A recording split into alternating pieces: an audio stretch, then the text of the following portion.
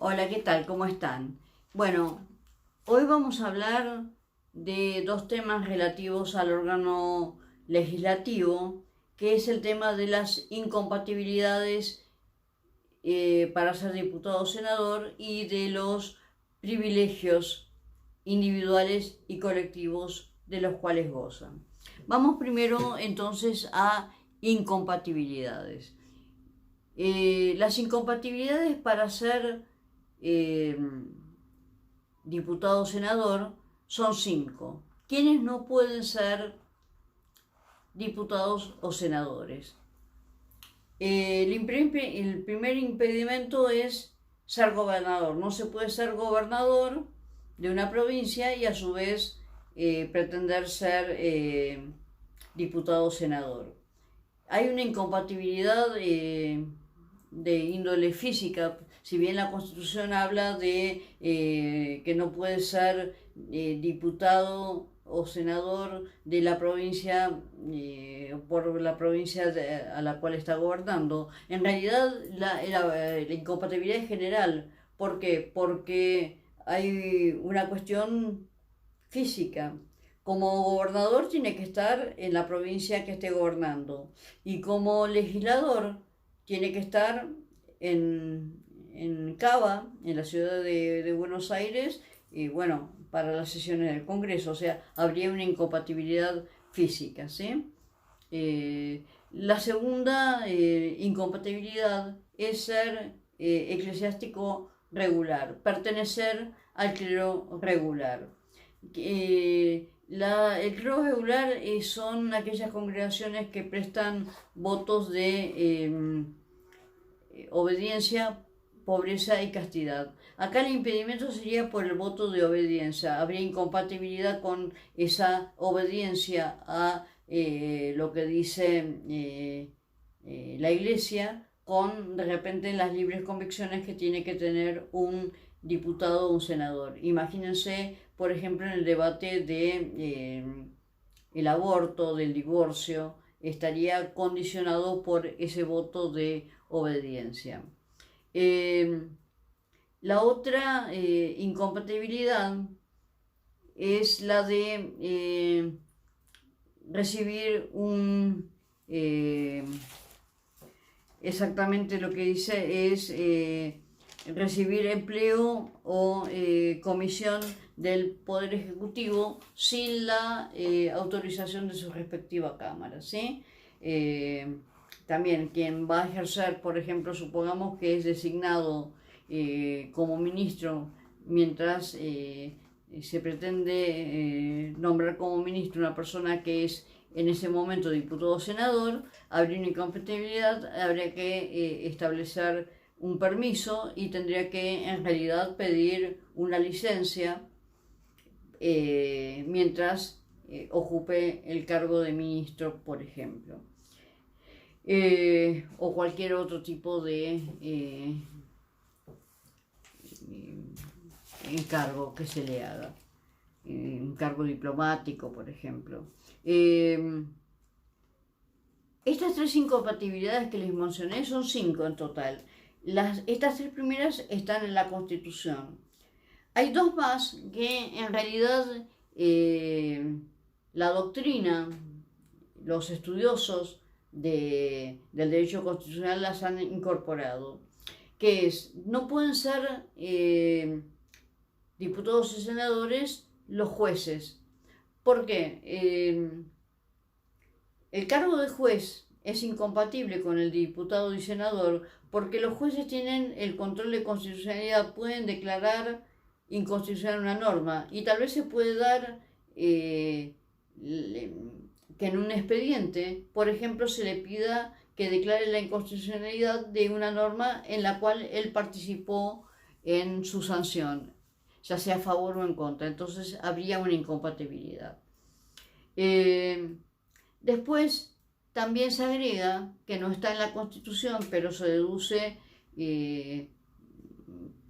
por los argumentos que les voy a dar, que los militares en actividad tampoco pueden tener al mismo tiempo ser diputados o senadores.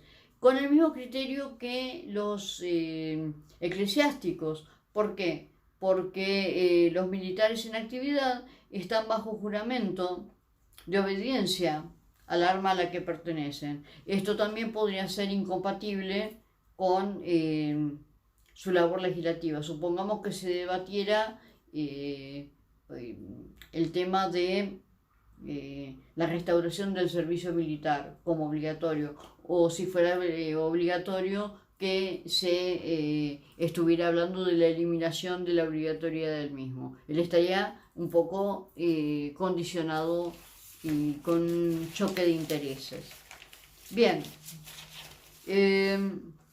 vamos ahora a los privilegios. Privilegios que podemos distinguir entre individuales y colectivos. A los individuales también los van a encontrar como facultades especiales parlamentarias.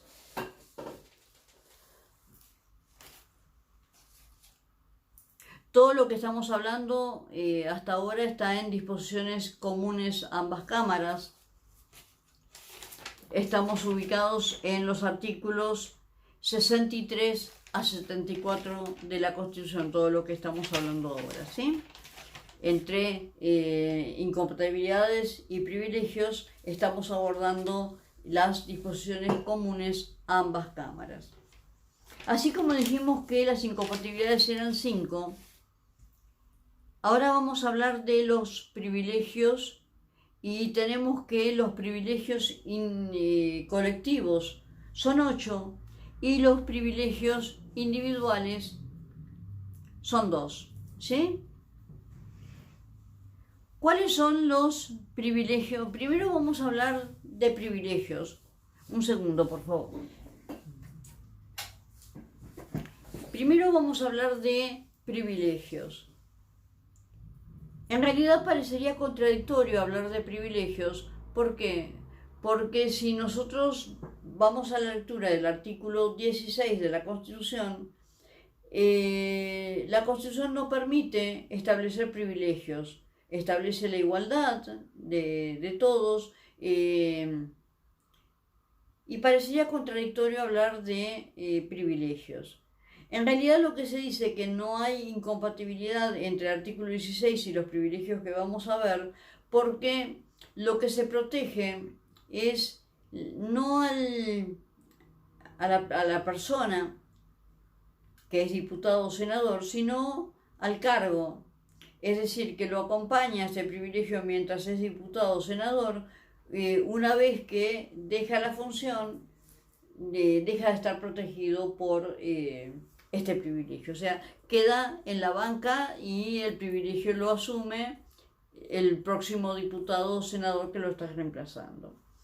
Bien, en cuanto a los privilegios colectivos, el primero de ellos es el de aceptar o rechazar la validez de los títulos, o también llamado diploma, con la que se presentan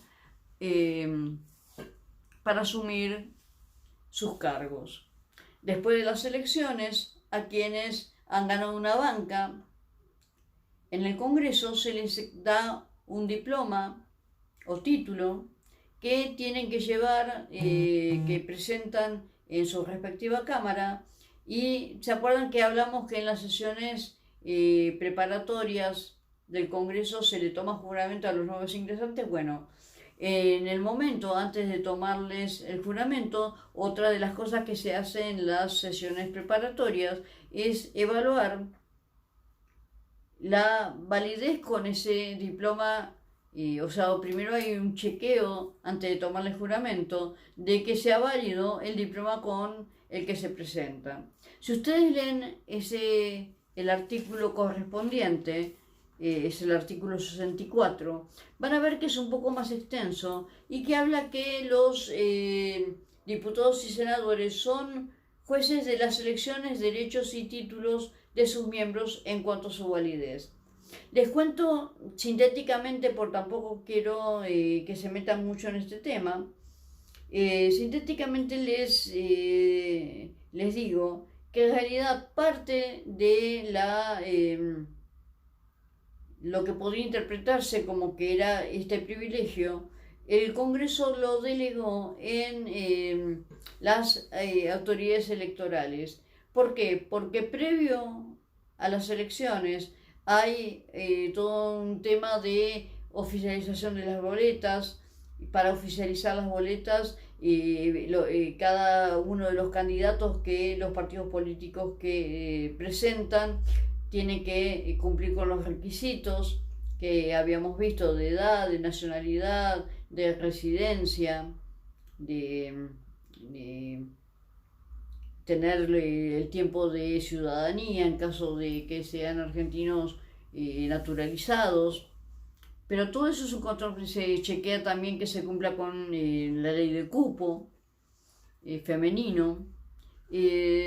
Todo esto es previo y no lo hace el Congreso, sino que lo hace las autoridades electorales, y previo incluso antes de las elecciones. O sea, acá estamos hablando que el Congreso está teniendo una facultad cuando ya fueron electos, que es la de fiscalizar la validez de los títulos con los que se presentan. Quedó en eso nada más. ¿De acuerdo?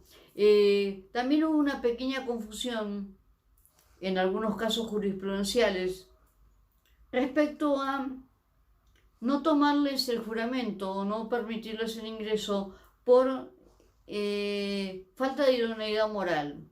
Uno de los casos más conocidos fue el caso Bussi, donde Bussi se presenta para obtener el cargo de diputado, gana una banca y no se le quiere tomar juramento porque participó como interventor de la provincia de Tucumán y se lo acusaba de delitos de lesa humanidad durante la última dictadura. Lamentablemente no hay un control de idoneidad o de ético previo al inicio de la labor. Quiere decir que si cumple con el requisito de edad, nacionalidad, ciudadanía, residencia, no se les podría impedir el ingreso. Erróneamente, en su momento no se le tomó el juramento, interpretando que ya se tenía la facultad de evaluar la idoneidad ética, pero no es así.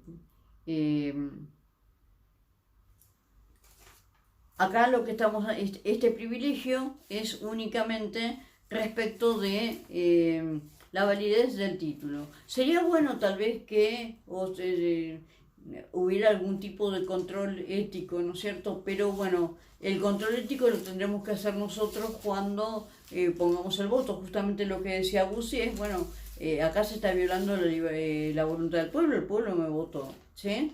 Y el pueblo conoce mis antecedentes y bueno, evidentemente no le molesta.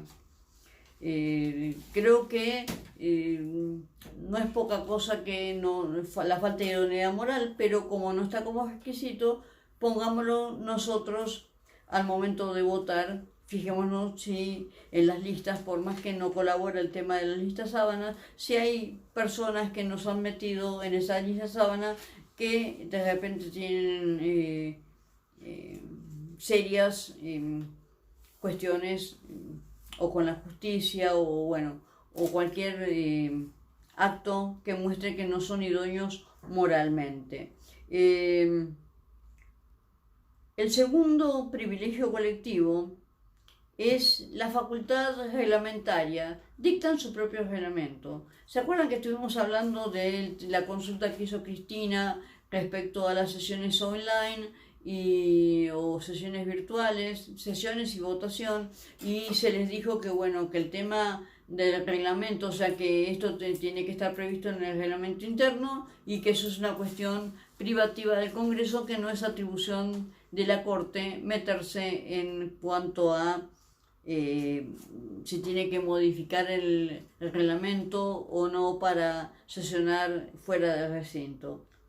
El tercer privilegio colectivo es la facultad disciplinaria, que acá es donde se mezcla con el primero que vimos. Si bien dijimos que antes de que ingresen no se puede ejercer esta facultad de impedir el ingreso, una vez que son diputados o senadores, el Congreso tiene la facultad disciplinaria, desde un apercibimiento, las sanciones que tenga el reglamento interno y la sanción máxima, que sería la remoción, la destitución. Recuerden que a veces se confunden en los exámenes, no son pasibles de juicio político. Los diputados y senadores, ellos hacen el procedimiento de juicio político a otros funcionarios, y ellos, su forma de remoción no es juicio político, sino que es esta: cada Cámara decide remover a sus miembros. Bien, dice, se los pueden remover por incompatibilidad física o bueno, cualquier tipo o moral sobreviniente. Así que incluso no se los podría remover por hechos anteriores a su ingreso a la Cámara, ¿de acuerdo? Insisto, sus conductas anteriores las tendremos que evaluar nosotros al momento del voto. La otra facultad que tienen, la cuarta, es aceptar o rechazar las renuncias de sus miembros en cada una de las cámaras. Porque podría ser que en realidad los encargados de aceptar o rechazar las renuncias fuera otro órgano, por ejemplo el Ejecutivo. No es así. Cada cámara acepta o rechaza las renuncias de sus miembros. El quinto privilegio es el de tomarle juramento. Ya vimos que esto se hace en las sesiones preparatorias, tomarle juramento a sus miembros. También podría ser que alguien externo, como ser el presidente, les tomara el juramento. No es así. Cada cámara le toma juramento a los nuevos ingresantes. El sexto privilegio es el de desafuero, quitarle los fueros a sus miembros. ¿Para qué quitarle sus fueros? Para que romper con lo que vamos a ver después, que es el privilegio de la inmunidad de arresto, para poder ser arrestados. Una de las causales por las cuales un funcionario, un diputado o un senador puede ser arrestado es si pierde los fueros. En un cachito lo vemos. Otro de los privilegios es el tema de citar a los ministros. Esto se llama normalmente interpelación. Citar a los ministros a dar explicaciones que crean necesarias sobre la marcha de su ministerio. Esto no quiere decir que esté en juego su cargo. ¿Por qué? Porque para estar en juego su cargo tiene que ser sometido a juicio político, recuerden, o destituirlo el presidente a los ministros. Eso lo vamos a ver cuando veamos Ejecutivo. Pero es citarlo, los pueden citar en cualquier momento a que den explicaciones. Y tienen el octavo privilegio, es uno que nos encantaría a todos, que es fijar su retribución, a la cual se llama dieta, fijar su dieta o retribución. ¿Por qué? Porque el sueldo de los diputados y senadores se fija por ley. Nos encantaría esto, pero bueno. Vamos ahora a los privilegios colectivos. Los privilegios colectivos dijimos que son dos: inmunidad de expresión, inmunidad de arresto. Inmunidad de expresión está en el artículo 68 y, como bien les dije, no protege a la persona, sino que protege la labor que está cumpliendo como diputado o senador. Sabemos que el órgano legislativo es un órgano deliberativo y por lo tanto se prevé que en el calor del debate parlamentario pueda haber, bueno, entre facciones, entre partidos políticos, puede haber algún que otro exceso verbal que merezca que el que recibe ese exceso verbal pudiera hacer una acción por calumnias e injurias. Entonces, para evitar que los diputados y senadores se vean limitados en esos debates por miedo justamente a excederse y ser pasibles de un juicio por calumnias e injurias, se los protege con la inmunidad de expresión, desde que ingresan al cargo hasta que cesan el mismo, ¿sí? Los dejan en su banca, pero sí los protege durante toda la vida por lo que dijeron durante ese periodo en donde cumplieron el mandato, ¿de acuerdo? Ese espacio de tiempo que han cumplido con la labor legislativa. Se entiende entonces que se protege la libertad del debate, que no se vean temerosos de hablar. ¿Cómo es este tema de la inmunidad de expresión? Se protege lo que se dice durante los debates parlamentarios, también se extiende a cuando hay un debate televisivo, se cita a dos, en un programa periodístico se cita a dos oponentes, dos legisladores de distintos partidos políticos para debatir un tema que están tratando en el Congreso, y también si hay un exceso verbal, no existe la posibilidad de hacerles un juicio por calumnia e injuria. Yo sí, por ejemplo, ustedes los trato de ladrones, de mentirosos, ustedes tranquilamente me podrían hacer un juicio por calumnias e injurias. Mientras que si uno ese exceso lo comete durante el calor del debate parlamentario, estaría protegido de ese tipo de acciones legales.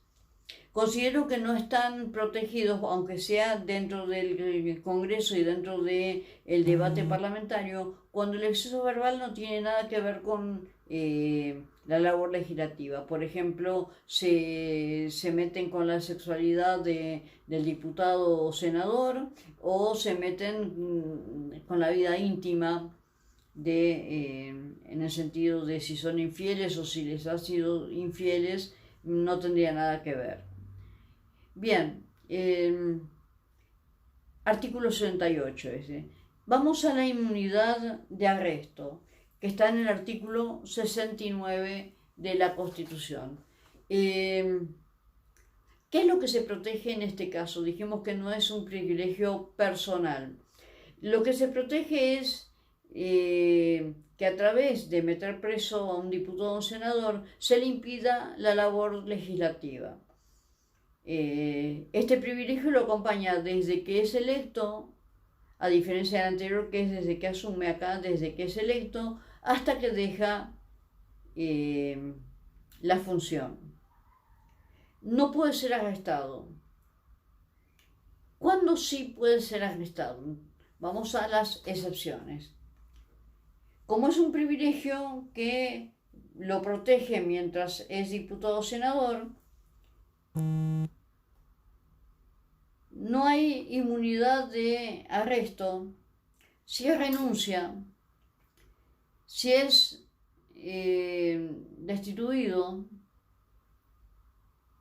si es removido por la Cámara, si es encontrado en la comisión, en el momento de la comisión de un delito que merezca una pena mayor a 5 años de prisión, o sea, una pena grave. La Constitución habla de pena de muerte infamante o aflictiva, o sea, no se condice, o sea, no está armónico esta terminología con el Código Penal. No hay pena de muerte en Argentina, ni aflictivas ni infamantes, pero hay penas privativas de la libertad que se supone que tienen que ser por delitos graves que merezcan como pena mínima prisión por 5 años.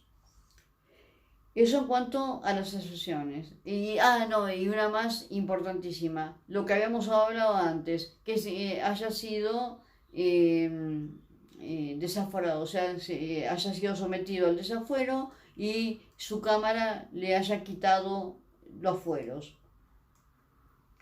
Esto tiene que ser pedido, el desafuero lo tiene que pedir el juez de la causa.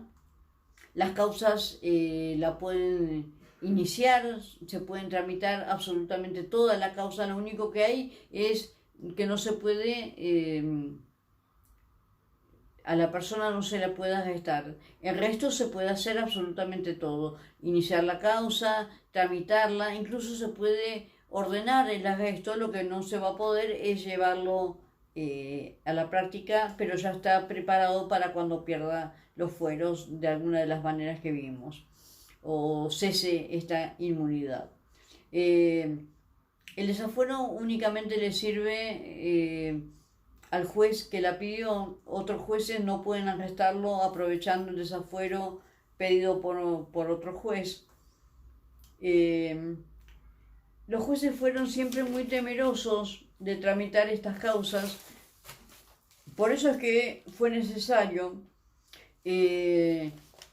una ley, la 25.320, que llamada Ley de Fueros, que establece estas aclaraciones que yo le he hecho, que se puede iniciar la causa, incluso se le puede citar a declaración indagatoria.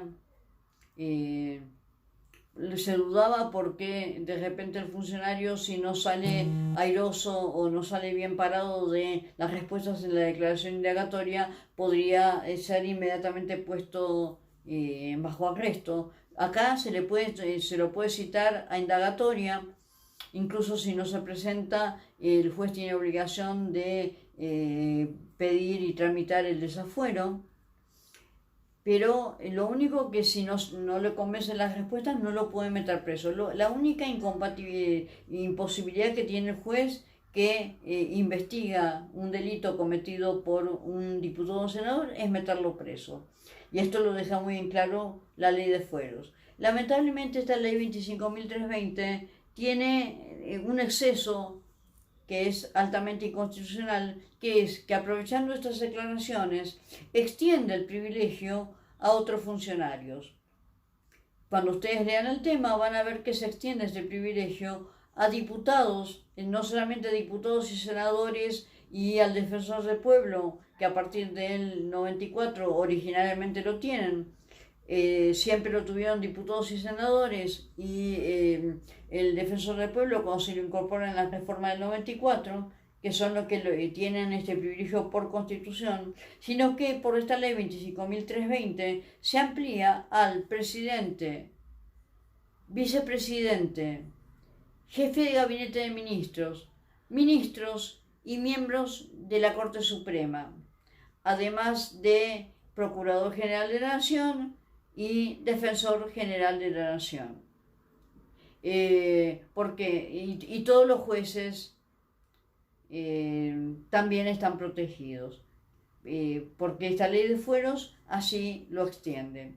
¿Por qué es inconstitucional? Ustedes ya están en condiciones de saberlo, porque está extendiendo un privilegio que la Constitución solamente otorga a diputados y senadores.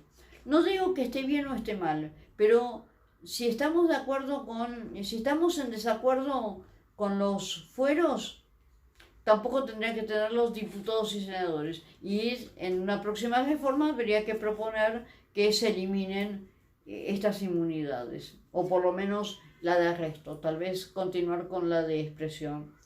Pero si estamos de acuerdo que protegen la labor legislativa, con el mismo criterio tal vez tendríamos que pensar que la intención de la Ley de Fueros al ampliarlo a otros funcionarios es lo mismo que dijimos antes, que una causa judicial o con un arresto no impida a una persona ejercer su cargo de presidente, de vicepresidente, de ministro, de jefe de gabinete, de juez.